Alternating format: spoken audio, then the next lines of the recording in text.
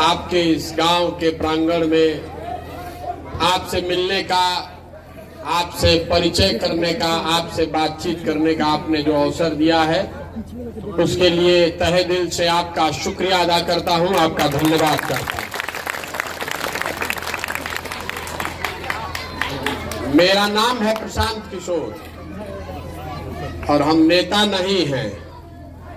अभी महानुभाव ने एक सवाल उठाया है, एक ही क्यों, हम आपके सारे सवालों का भी जवाब देंगे।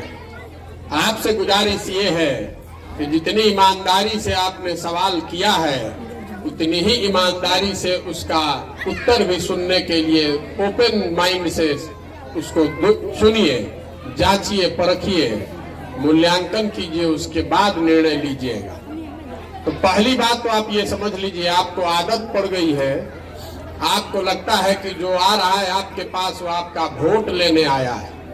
तो हम नेता नहीं हैं, कोई दल नहीं बनाए हैं, आपसे वोट मांगने नहीं आए हैं, आपसे वोट मांगने नहीं आए हैं। हम बिहार के एक बहुत साधारण परिवार के लड़के हैं। मेरे दादा बैलगाड़ी चलाते थे, मजदूर थे। मेरे बाबूजी यहाँ सरकारी डॉक्टर थे। जिस सरकारी स्कूल में की शिक्षा के ध्वस्त होने की बात और आप और हम कर रहे हैं, इन्हीं सरकारी स्कूलों से पढ़कर निकले हैं। ये माता पिता का आशीर्वाद है, ऊपर वाले की कृपा है कि इन घोड़ा छाप स्कूल से पढ़कर दुनिया में जहां पर भी पहुंचा जा सकता था पढ़ाई लिखाई के माध्यम से वहां पहुंचे हैं। 10 साल तक संयुक्त राष्ट्र संघ में काम किया है, भारत में, फिर अमेरिका में, फिर अफ्रीका में। लेकिन जिस परिचय से आप हमको जानते हैं, चुनाव प्रबंधक, राजनीतिक रणनीतिकार, वो काम हमने 2011 से 2021 तक किया है। 10 वर्ष में ऊपर वाले की ऐसी कृपा रही है कि जिस दल, जिस नेता का भी हाथ पकड़े हैं, वो कभी चुनाव हारा नहीं है। किसी दल का हाथ पकड़े हैं, चुनाव नहीं हारा। लेकिन 2 मई 2021 को जिस दिन बंगाल का रिजल्ट आया, परिणाम आया, उस दिन मैंने सार्वजनिक तौर पर देश के मीडिया के सामने ये घोषणा की है कि अब जीवन में किसी भी राजनीतिक दल और नेता के साथ आगे काम नहीं करेंगे। अब आप पूछिएगा कि ऐसा क्यों? जिस काम को करके इतना नाम कमाए हैं, लोग बताते हैं कि चुनाव में सलाह लेने के लिए, चुनावों में सलाह लेने के लिए बड़े बड़े दल और नेता 2-4 लाख नहीं, 2-4 करोड़ नहीं, सैकड़ों करोड़ रुपया मुझे देते हैं। तो इतना पैसा, इतना नाम, सब कुछ छोड़ के बिहार में गांव गांव क्यों घूम रहे हैं? पैसा छोड़ दिया, नाम छोड़ दिया, दल बनाया नहीं, आपसे वोट लिया नहीं, तो स्वाभाविक है आप ही क्यों? आधा बिहार पूछ रहा है कि जब ये वोट मांग ही नहीं रहे हैं, राजनीतिक दल बनाया नहीं है, तो आखिर इतनी बड़ी पदयात्रा क्यों कर रहे हैं? क्यों जा रहे हैं हर गांव गांव? हम आपको वो बताने आए हैं। पदयात्रा इसलिए कर रहे हैं कि जिस राज्य में आप और हम रहते हैं, जिस राज्य में हमारे आपके पूर्वज पैदा हुए, ये राज्य बिहार, आज से 30, 40, 50 साल भी हम लोग देश के सबसे गरीब और पिछड़े राज्य थे, और आज भी देश के सबसे गरीब और पिछड़े राज्य हम ही लोग हैं। देश में सबसे ज्यादा बेकारी, बेरोजगारी, गरीबी, अशिक्षा, भुखमरी इसी राज्य बिहार में है। पदयात्रा इसलिए कर रहे हैं कि जमीन पर जाए, लोगों की समस्याओं को देखें और हर पंचायत के लिए विकास के अगले 10 साल की एक ऐसी योजना बने जिससे आने वाले 10 साल में हर पंचायत में रोजगार के बेहतर अवसर हो, किसानों की आमदनी बढ़े और आपकी रोजमर्रा की जो समस्याएं हैं इसका समाधान हो। ये पदयात्रा का पहला उद्देश्य है। लेकिन हम आपकी समस्या तो हमको आज पता चलेगी जब हम आपके पंचायत में आए हैं। हमारे साथ 500 लड़के काम कर रहे हैं, तो उनको भी पता चलेगा कि आपके यहाँ सड़क पर क्या हालत है, आपके नालियों गलियों की क्या दशा है, आपके विद्यालय की क्या हालत है, आपके अस्पताल की क्या हालत है। लेकिन रउआ तो ये रहता नहीं। आप सब सारे बुद्धिमान सज्जन तो इसी गांव, इसी पंचायत में वर्षों से रहते हैं। आपको तो ये सब समस्या मालूम है, तो इसका सुधार क्यों नहीं करा रहे? कभी आपने सोचा कि आप ही की सरकार है, पहले भी रही है और आज भी है, आखिर आपकी दशा ऐसी क्यों है? हम 73 दिन हो गया हमको पैदल चलते हुए चंपारण में। माननीय, दोनों चंपारण में 73 दिन पैदल चलने के बाद एक बात बहुत विश्वास से आपको कहना चाहता हूं कि बिहार की गरीबी और बदहाली की बात तो छोड़ दीजिए। 73 दिन में जो मैंने देखा, समझा, दलितों के बाद सबसे ज्यादा बदहाली में जो समाज रह रहा है वो मुस्लिम समाज है। उनके गांव की हालत सबसे ज्यादा खराब है। आपके बच्चों की हालत, आपके सड़कों, नालियों, गलियों, आपके विद्यालय, आपके अस्पताल, 73 दिन में दोनों चंपारण, पश्चिम और पूर्वी चंपारण का शायद कोई ऐसा बड़ा मुस्लिम गांव नहीं है जहां हम पैदल चलकर नहीं गए। दलितों के बाद आपकी स्थिति सबसे ज्यादा खराब है। आखिर ऐसी स्थिति क्यों है? बिहार की ऐसी स्थिति क्यों है और उसमें भी मुसलमानों के गांव की स्थिति क्यों है, ये आपको बताने भी आए हैं। देखिए, बिहार में हमने के बैठ के 5 बरिस खूब बतियावता नहीं जा कि कितना भ्रष्टाचार बा, सड़क नहीं थे, नाली नहीं थे, गली नहीं थे, खेत में पानी नहीं थे, लड़कन के रोजगार नहीं थे। लेकिन पिछले 30-35 सालों से बिहार में 4 ही चीज पर वोट पड़ रहा है। पहला बात, जो हिंदू समाज है उसमें ज्यादातर लोग ये कहते हैं कि बात चाहे कुछ भी करे, चुनाव के दिन कहेगा कि हमारा जात का उम्मीदवार कौन है, चलो उसी जात को वोट दे देते हैं। जो आदमी जात से बच गया उसको धर्म के नाम पर, हिंदू मुसलमान के नाम पर घेरा जा रहा है। सारा हिंदू एक हो जाओ, मुसलमान को नहीं जीतने देना है। आपको भी लगता है कि सारा हिंदू भाजपाई हो गया, हमको भी एकजुट होने की जरूरत है, तो हिंदू मुसलमान के नाम पर बट गए। जे दोनों से बच गई तो कहता कि ए भैया कतनो खराब बा, कतनो जिहल दुश्वार बा, लेकिन लालू जी वाला अपराध के राज ना चाहिए। कम से कम कोई आके अपहरण तो नहीं खे करत, कोई आके गोली तो नहीं खे मारत, तो रोके चाहेगा कि चलो भैया भाजपा के दे दो सब। और चौथा समाज है, चौथा वर्ग है आपका, हमारे माइनॉरिटी भाइयों का। आप कहते हैं कि अब जी ही चाहे मरी, जौन दुर्दशा होके। बिहार में 2 पार्टी बा, एगो मोदी जी के भाजपा, एगो लालू जी के ललटेन। नीतीश कुमार के तो भरोसे नहीं कि कभी ललटेन पकड़ के लटकल बाड़न, कभी कमल पर चिपकल बाड़न, तो उनका बदलवा भरोसे ना कर सके। तो आपको लगता है कि मोदी के भाजपा को आप वोट दे नहीं सकते हैं, तो बचल का ललटेने ना, तो मरी चाहे जी चलो रे भैया ललटेने के देवे के पड़ी। अभी हम रास्तवा में आवत नहीं था, जहां जहां रोड के हालत खराब बा, किनारे से जाए पड़ता, तो कान में आदमी कहता देखते नहीं भैया का दुर्दशा बा हमनी के। तो जे कहता कि का दुर्दशा बा, काल वोट होई तो सब समाज बैठ के कही कि सब भुला छोड़ो, हटाओ ये सब बात, पहले भी भाजपा के हरावे के बाद, ये सब गली नाली के बाद में होई। जब आप जानते हैं, हम जानते हैं, तो नेतो जान गया है कि बिहार के जनता हंस के चाहे गा के, खिसिया के चाहे गरिया के वोटवा तो हमनिए के दिहन जइहन कहाँ। आधा आदमी जानता ललटेन वाला कि मुसलमान जाएगा कहाँ। इसी तरह जो मोदी भक्त है उसको मोदी जी जानते हैं कि भैया जइहन कहाँ, तो वोट उनका रोक के गा के हमरे के देवे के बाद काम करे के जरूरत का बा। इसीलिए इस अभियान को शुरू किए ताकि विकल्प बनाया जाए। लेकिन विकल्प प्रशांत किशोर का नहीं है। प्रशांत किशोर को विकल्प बनाना रहता तो हम ही दल बना लेते। बिहार तब सुधरेगा जब 40-50 हजार अच्छा आदमी वार्ड सदस्य जीत कर आए, जब 4-5 हजार अच्छा आदमी मुखिया बनेगा, जब अच्छे लड़के जिला परिषद और प्रमुख का पद पाएंगे, जब 100-150 अच्छा आदमी विधायक बनेगा, तब बिहार सुधरेगा। दलों के जीतने से, मुख्यमंत्री बदलने से बिहार नहीं सुधरने वाला है। नीचे से लेकर ऊपर तक धूल लग गया है, कैसे सुधरेगा? आप कह रहे हैं कि आप किस लिए आए हैं, हम उस पर 5 मिनट में आते हैं। पहले आप बात समझ लीजिए कि पदयात्रा का उद्देश्य क्या है। पदयात्रा का उद्देश्य किसी को हराना जिताना नहीं है।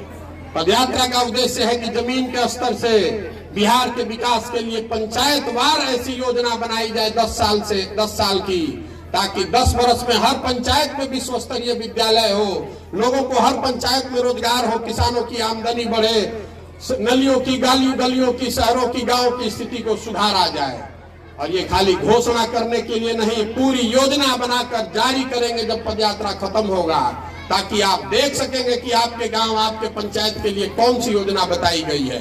ठीक लगे तो जुड़िएगा, नहीं ठीक लगे तो जाना है वहां रहिए।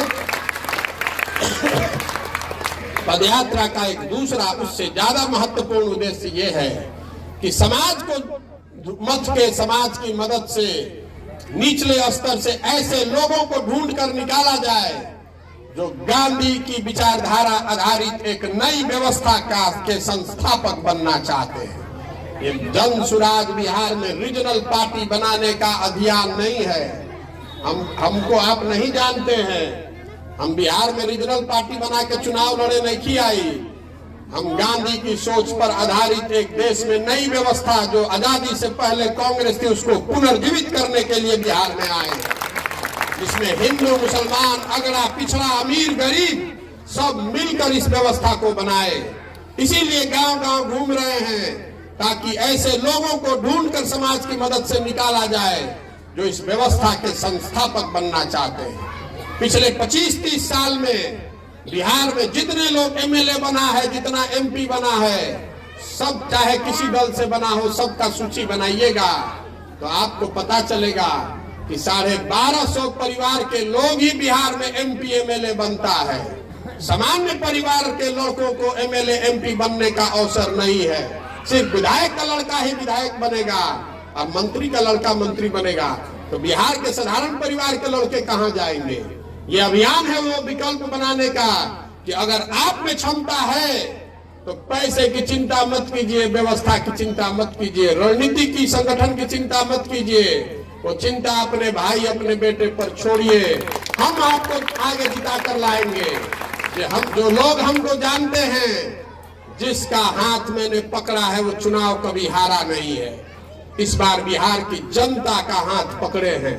समाज जिसको चुनकर निकाल देगा उसी के पीछे वार्ड सदस्य से लेकर एमपी तक ताकत लगाएंगे, व्यवस्था बनाएंगे, रणनीति बनाएंगे, संसाधन लगाएंगे और जनता के सहयोग से उसी को जिता कर लाएंगे।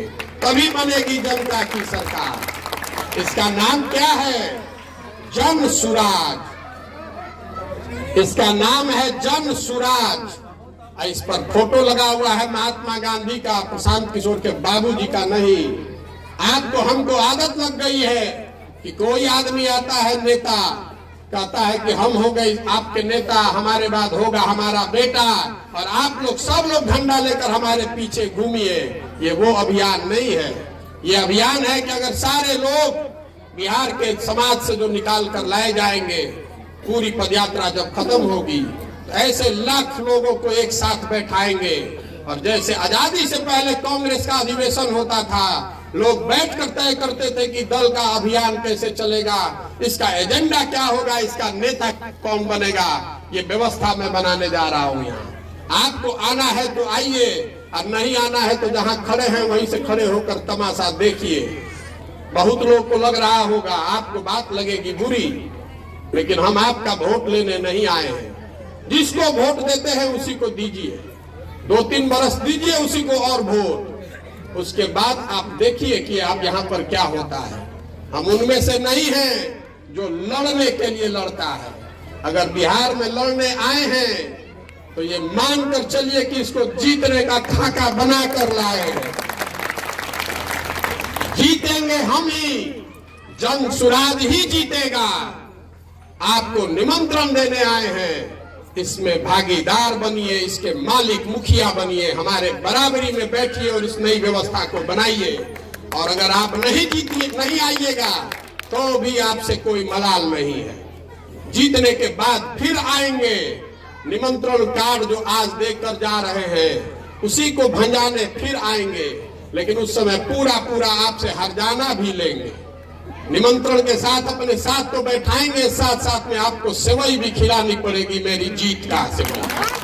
हम बिहार में हम वेजिटेरियन आदमी हैं, तो सेवई बनाकर तैयार, बिना सेवई के आना है तो आ जाइए, और सेवई के साथ आना है तो हम जब जीत कर आएंगे आपके गांव में तब आइएगा।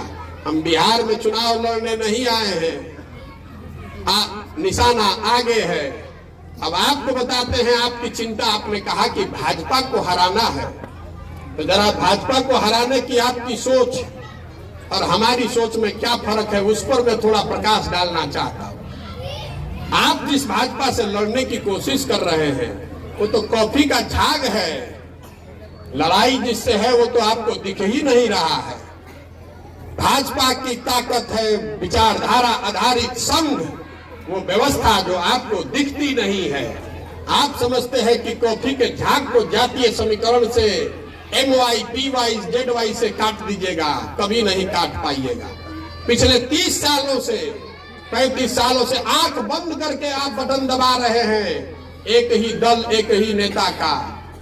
आपको कुछ भी नहीं मिला, ना राजनीतिक भागीदारी मिली है, ना आपको अपने अपने बच्चों के लिए विकास मिला, और ना ही आप भाजपा को हरा पाए हैं। आपको तीनों चीज में कुछ नहीं मिला है। फिर भी अगर आप चाहे तो 3 बरस 4 बरस और उसी व्यवस्था में लगे रहिए। अब आपके सीधे 4 सवालों का जवाब देता हूं।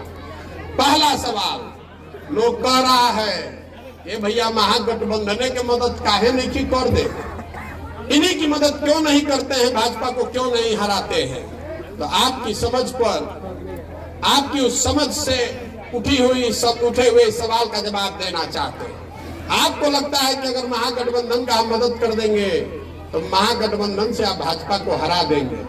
मेरे भाई, सबसे पहली गलती तो आप ये कर रहे हैं कि आपकी लड़ाई बिहार में नहीं है, आपकी लड़ाई यूपी में है। जो समझदार लोग हैं उनको समझ में आनी चाहिए ये बात। दूसरी बात, महागठबंधन को पहली बार ये शब्द ही प्रशांत किशोर ने लिखा 2015 में। उससे पहले तो आपको मालूम ही नहीं था कि महागठबंधनों करके कोई चीज होता है।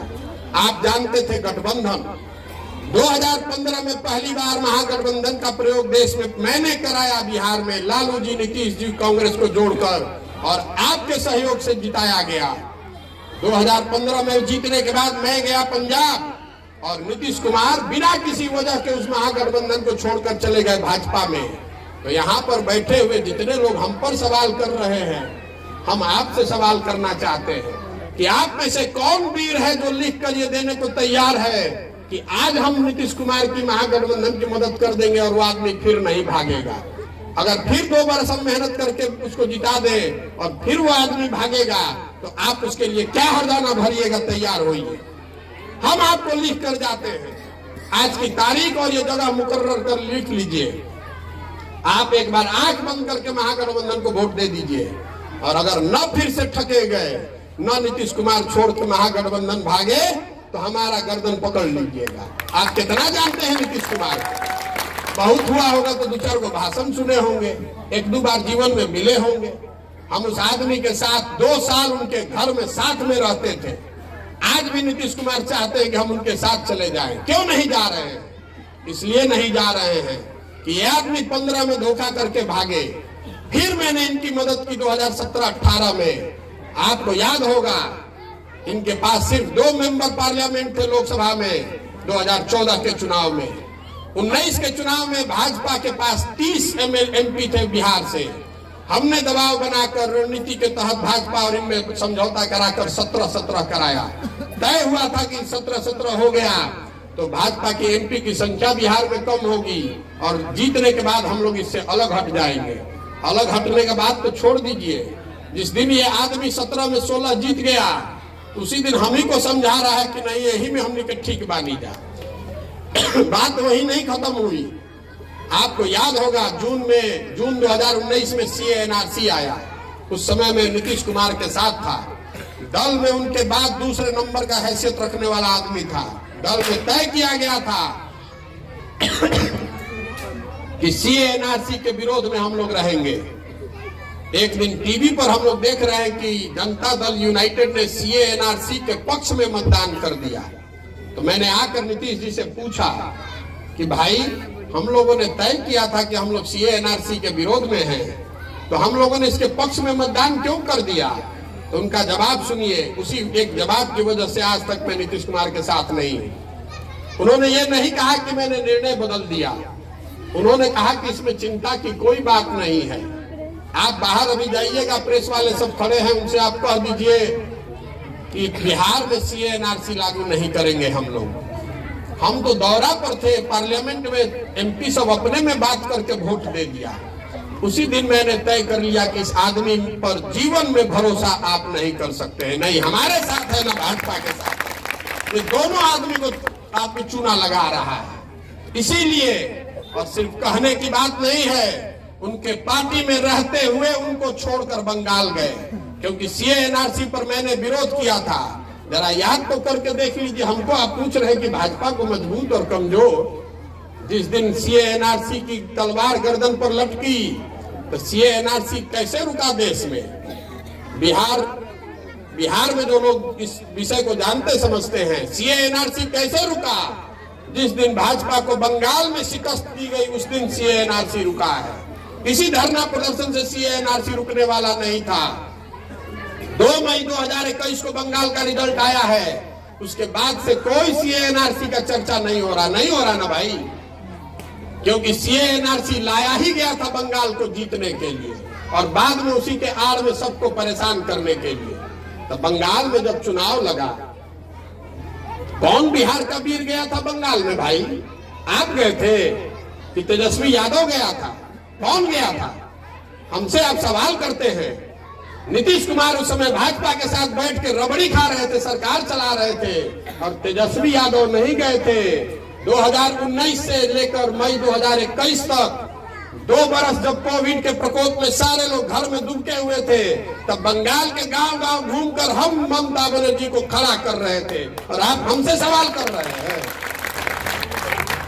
जब ममता बनर्जी के पार्टी के अपने लोग, टीएमसी के लोग सारा छोड़कर भागकर बीजेपी चला गया, जब पूरा हिंदुस्तान कह रहा था कि कोई नहीं बचा सकता है दीदी को बंगाल में, तब बिहार का लड़का प्रशांत किशोर ने अपनी गर्दन लगाकर कहा था कि भाजपा को बंगाल में 100 से पार नहीं होने देंगे। अगर 100 से ज्यादा सीट आ गया तो जीवन में संन्यास ले लेंगे। जाकर देख लीजिए, ट्विटर पर आज भी लिखा हुआ है। कितना पर भाजपा को रोके? 77 पर। और आप में से कोई सज्जन वहां आए होंगे, आप अकेले नहीं, सैकड़ों लोग आए होंगे ये कहने, ज्ञान देने कि भैया भाजपा को बंगाल में हराना है तो महागठबंधन बनाई, लेफ्ट को और कांग्रेस को भी साथ में लीजिए। आपको चुनाव लड़ने का कितना अनुभव है? महागठबंधन को पूरे भारत में एक ही सफलता मिली है 2015 बिहार में। उसके बाद जहां जहां महागठबंधन का प्रयोग किया गया है, हर जगह भाजपा जीती है। आपको समझ में नहीं आ रहा है। असम में महागठबंधन बनाया गया, असम में 37% मुसलमान है, वहां भाजपा जीत कर आई। बंगाल में हमने महागठबंधन नहीं बनाया, वहां 28% मुसलमान है, हम भाजपा को 77 पर आउट करके आ रहे हैं। और आपको लगता है कि महागठबंधन बना के आप जीत जाइएगा? महागठबंधन बिहार में बना हुआ है। सत्य की एक अपनी ताकत होती है। हम रोज कह रहे हैं, देखिए ऊपर वाले की कृपा, रोज महागठबंधन यहाँ चुनाव हार रहा है। आपको कह के जा रहे हैं कि महागठबंधन में आप चाहे जितनी ताकत लगा दीजिए, आप इस महागठबंधन को नहीं जिता सकते हैं। देखिए गोपालगंज में हारे, कुढ़नी में हारे, और एक जो जीते हैं वो तो बाहुबल का चुनाव था। एक भी चुनाव है भाजपा को बिहार में नहीं हरा सकते। आपको लगता है कि महागठबंधन तो यूपी में बना था, सपा बसपा का, जीत गए, वहां तो भाजपा जीती। ये आपका भ्रम है। सिर्फ दलों को और नेताओं को जोड़कर चुनाव नहीं जीता जा सकता है। जीतना अगर चाहते हैं, लड़ना चाहते हैं भाजपा से ईमानदारी से, तो विचारधारा आधारित नई व्यवस्था बनाइए। नहीं तो जातियों के समीकरण में पढ़ के ना विकास मिलेगा, ना सुरक्षा मिलेगी, ना जीत मिलेगी। ये 10 साल का मेरा अनुभव है। 2000 आप कहते हैं कि भाजपा को किसने हराया, कौन भाजपा से लड़ रहा है? 2015 में बिहार में भाजपा को हमने हराया, हराने में अपना कंधा लगाया। 2017 पंजाब में अकाली और भाजपा की सरकार को कांग्रेस ने जो हराया, उसमें कंधा हमने लगाया। 2018 में तेलंगाना में, 2019 में आंध्रा में, 2021 में बंगाल में, 2020 में दिल्ली में, 2021 तमिलनाडु में, 2021 महाराष्ट्र में हर जगह भाजपा को हराने में हमने कंधा लगाया है। और आपको पता है कि भाजपा को कैसे हराया जा सकता है, आपको पता ही नहीं है मंत्र, और आप झूठ मूठ का उसके ज्ञानी बन रहे हैं। भाजपा को हमने देखा 10 साल ये अनुभव किया, जब तक आप एक राज्य जीतते हैं और दूसरे राज्य में जाते हैं, भाजपा वाला पहले हुए राज्य को अपने साइड मिला लेता है। जब मैं 15 जीता बिहार, जब तक मैं पंजाब पहुंचा तब तक उसने नीतीश कुमार को जीत अपने साथ मिला लिया। 17 में हम जीते पंजाब, जब तक हम तेलंगाना जीतेंगे तब तक अमरिंदर सिंह को मिला लिया। जब तक हम बंगाल 21 में जीते तो 18-19 में जीते हुए तेलंगाना और आंध्रा को बीजेपी ने मिला लिया आपस में। इसीलिए मैंने तय किया कि नहीं, ये व्यवस्था से इनको नहीं हराया जा सकता है। इनको अगर हराना है तो एक ही बार में काटना होगा, और उसका रास्ता यूपी बिहार है। और यूपी बिहार में विचारधारा आधारित नई व्यवस्था खड़ी की जाए जो इनसे लोहा ले सके, चाहे 2 बरस लगे कि 10 बरस। किसी को ये संकल्प लेकर आगे बढ़ना पड़ेगा। जिन लोगों ने भाजपा को संघ को बनाया होगा, वो पहले दिन एक ही दिन में सफलता नहीं मिलती है। लोगों ने वर्षों तक पसीना बहाया है। आपको शॉर्टकट की आदत लग गई है कि कोई जातीय समीकरण बना ले, टोपी लाल लगा ले और जाकर वहां चुनाव जीत कर आ जाएंगे। यूपी में आपने सोचा कि आप भाजपा को हरा दीजिएगा, हरा पाए? बंगाल में इसलिए हरा पाए कि 2 साल कड़ी मेहनत की गई, उस पर प्रयास किया गया, सामाजिक और राजनीतिक गठजोड़ बनाया गया। यूपी में आपने सिर्फ 2 जातियों का समीकरण बनाया, बुरी तरह हार कर वापस आ गए। इसलिए ये व्यवस्था बना रहे हैं। अब तीसरी बात जो आपके मन में एक सवाल है, लोग कह रहा है कि भाई प्रशांत किशोर इतना बड़ा अभियान कर रहे हैं, इसके लिए पैसा कहां से आ रहा है? अब आपके इस सवाल पर मुझे हंसी भी नहीं आ रही है और रुलाई भी नहीं आ रहा है। आपके विवेक पर, आपके अनुभव पर 10 साल तक जो हम काम करते थे, तो पेपर मीडिया में आप पढ़ते थे कि प्रशांत किशोर जो काम करते हैं इसके लिए सैकड़ों करोड़ रुपया इनको मिलता है, और आज हमको गाड़ी 100 को चलाने के लिए, 500 लड़का को रखने के लिए पैसा नहीं मिलेगा। आपकी जो सरकार है चचा भतीजा की, आधी सरकार है, इनके पास आधा बिहार है ना, आधा ललटेन के पास, आधा तीर के पास। तो इस गरीब बिहार से, इस पिछड़े बिहार से आधा से लूट के अपना दल उचला सकते हैं। तो देश में आज 6 मुख्यमंत्री ऐसे हैं जिनको बनने में हमने कंधा लगाया है। तमिलनाडु, तेलंगाना, आंध्र प्रदेश, पश्चिम बंगाल, ये बड़े राज्य हैं जो जीत कर आए हैं, वहां मुख्यमंत्री हमारे बनाए हुए हैं। हमको पैसा नहीं मिलेगा। और आपकी दशा देखिए, हम मजबूती से लड़ रहे हैं तो आपको लग रहा है कि भाजपा का एजेंट है। अगर हम मजबूती से नहीं लड़े तो आप कहिएगा कि आदमी तो बहुत काबिल है लेकिन मजबूती से लड़िए नहीं रहा है, कैसे मदद करें इसका? आप तो दोनों ओर से आपको सबका जो आपका चश्मा है वो कभी आपको सही देखने ही नहीं देता है। इसीलिए मैं आपको इसका एक ही उपाय है, हम आपको कह रहे हैं कि आप बिल्कुल निश्चिंत होकर महागठबंधन को वोट दीजिए, कोई दिक्कत नहीं है। आपका भरोसा जीतने का दूसरा कोई उपाय नहीं है। कितना भी हम कर दें आप मानिएगा नहीं। इसलिए आप महागठबंधन को 3 बरस और वोट दीजिए और हम जीत कर फिर भी आएंगे। आप भाजपा को वोट नहीं देते हैं, भाजपा नहीं जीत रही है। 80% आपको छोड़कर भी बिहार में वोट है ना भाई। उस 80 में 50%, 40% वोट कैसे लेना है उसका गुणा गणित हमको आता है। लेकिन फिर आपके गांव में क्यों आए हैं? आपके गांव में इसलिए आए हैं कि अगर गांधी के विचारधारा पर आधारित कोई व्यवस्था बनाना चाहते हैं और जो बिहार सेंट्रिक नहीं है, देश के नजरिए से है, उसमें 20% अपने भाइयों को छोड़ नहीं सकते हैं। इसलिए आपको निमंत्रण देने आए, आपको निमंत्रण देने आए हैं कि किसी से डरने की जरूरत नहीं है। अपनी काबिलियत, अपने अनुभव, अपने विवेक, अपनी संख्या पर भरोसा कीजिए और मेरी राजनीतिक सलाहियत का फायदा उठाइए। हाथ मिलाइए और देखिए कि कितनी बड़ी ताकत खड़ा करते हैं। यही ये कहानी शुरू होगी बिहार से, लेकिन रुकेगी बिहार में नहीं। हम बिहार में रुकने वालों में से नहीं है। ये बात समझ में आए तो आपका बहुत बहुत स्वागत है, और नहीं समझ में आए तो भी आपसे हमको कोई शिकवा शिकायत नहीं है। बिल्कुल आराम से जहां है वहां रहिए। आप कम से कम इतना तो कीजिए कि 3 बरस अभी आपकी सरकार है, मेरा ही डर दिखाकर कुछ राजनीतिक भागीदारी ले लीजिए। अपने गांव का कुछ विकास करा लीजिए, कुछ सड़कों को बनवा लीजिए, अपने बच्चों के लिए विद्यालय बनवा लीजिए, कुछ नाला वाला बनवा लीजिए। आपके गांव से जब 2-4 दिन गुजरते हैं तो 4 दिन तक खांसी नहीं रुकती है।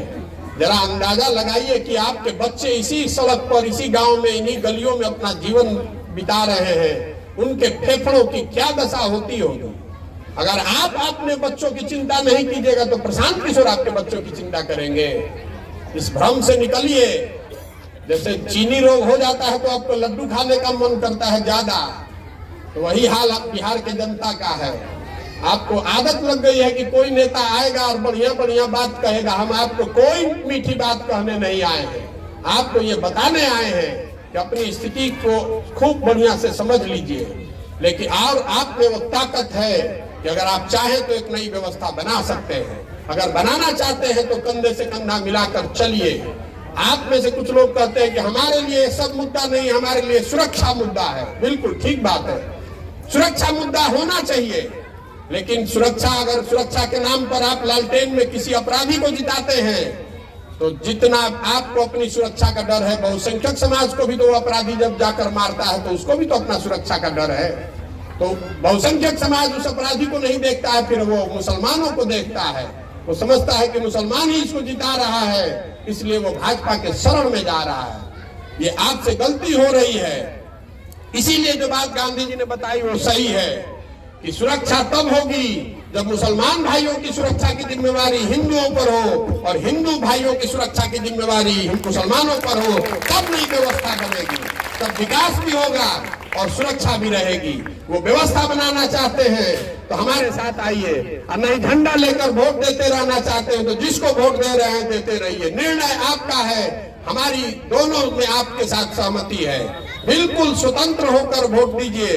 जैसा मैंने कहा, एक बार उसको रिपीट कर देता हूं, दोहराए देता हूं। चुनाव में जीतेगा जनसुराज ही, इसलिए जीतेगा कि सत्य हम लोग के साथ है, जनता क्या की आवाज बनकर निकले हैं। और हमारे पास जीत का फॉर्मूला अहंकार नहीं है, भाषण नहीं है।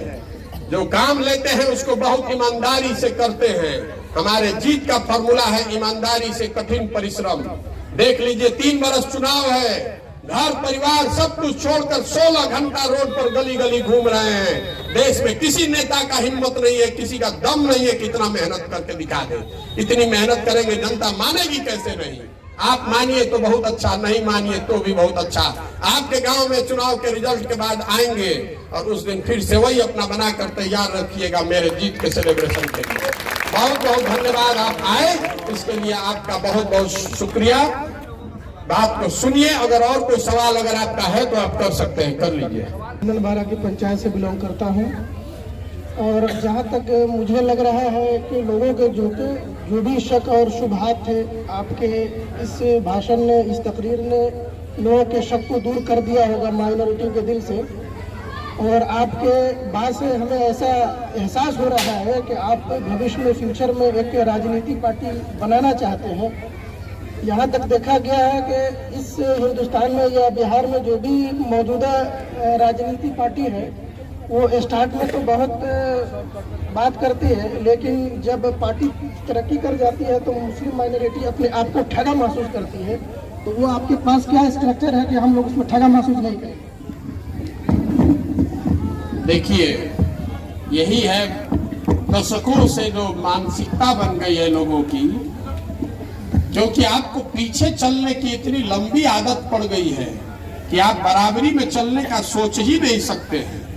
हमने दल अगर क्यों नहीं बनाया है, दल हम अगर बना लेंगे तो आपका सवाल जायज है। कोई आकर ये थोड़े कहेगा कि हम आपको अभी साथ लेकर चलने वाले हैं, बाद में आपको ढकेलने वाले हैं। इसीलिए मैं क्या कह रहा हूं कि इस दल को प्रशांत किशोर नहीं बनाए। इसको बनाने में ही जब आप 20% रहिएगा तो वार्ड सदस्य भी आपका 20% होना चाहिए, मुखिया भी आपका 20% होना चाहिए, दल में पदाधिकारी भी आपके 20% होने चाहिए, एमएलए भी आपके 20% होने चाहिए। आप तो वो भूमिका मांगना ही छोड़ दिए हैं। आपको तो लगता है कि भैया एगो एमएलए हुआ दे दी, एगो एमपी दे दी, एगो राज्यसभा पसमंदा भेज दी, उसी इक्वेशन में पढ़कर आप मरे जा रहे हैं। मैं बार बार कह रहा हूं कि अगर मालिकाना हक चाहिए, पार्टनरशिप चाहिए, हिस्सेदारी, भागीदारी चाहिए तो इसमें आकर भागीदारी ले लीजिए, वोट चाहे जिसको दीजिएगा। और नहीं वोट देते रहना है तो जिस व्यवस्था में उसमें रहिए, उसमें दिक्कत क्या है? के लिए इसमें संस्थापक सदस्य बनिए। इसमें कोई पर्चा फाड़ के मेंबर बनने का अभियान नहीं है। ये मिस्ड कॉल देकर दल नहीं ज्वाइन कर सकते हैं, पट्टा डाल के दल की सदस्यता नहीं ले सकते हैं। इसमें एक ही खिड़की है। बिहार के हर प्रखंड से ऐसे 2 से 2.5 हजार लोग निकाले जा रहे हैं जो इस नई व्यवस्था के संस्थापक सदस्य बनना चाहते हैं, जो उसमें ईंट रखना चाहते हैं। उसके नींव में एक ईंट प्रशांत किशोर की है और एक ईंट आपकी भी हो सकती है। बराबरी का हक है। जैसे कांग्रेस की आजादी से पहले किसी के बाप की पार्टी नहीं थी, किसी के परिवार की, किसी जाति की, किसी व्यक्ति की पार्टी नहीं थी। हर साल उस कांग्रेस में नया नेता चुना जाता था। जिसकी मेरिट, जिसकी काबिलियत वो चुनकर आएगा। वो व्यवस्था बनाने की बात है। पीछे मैं, अगर आप मेरे भरोसे चलिएगा तो मैं आपको ठग सकता हूं, लेकिन अगर व्यवस्था ही ऐसी है जिसमें 20% के आप बराबर के हक के हकदार हैं, उसके पार्टनर हैं, तो आपको कैसे कोई ठगेगा? बहुत झगड़ा होगा तो अपना 20% लेकर निकल जाइएगा।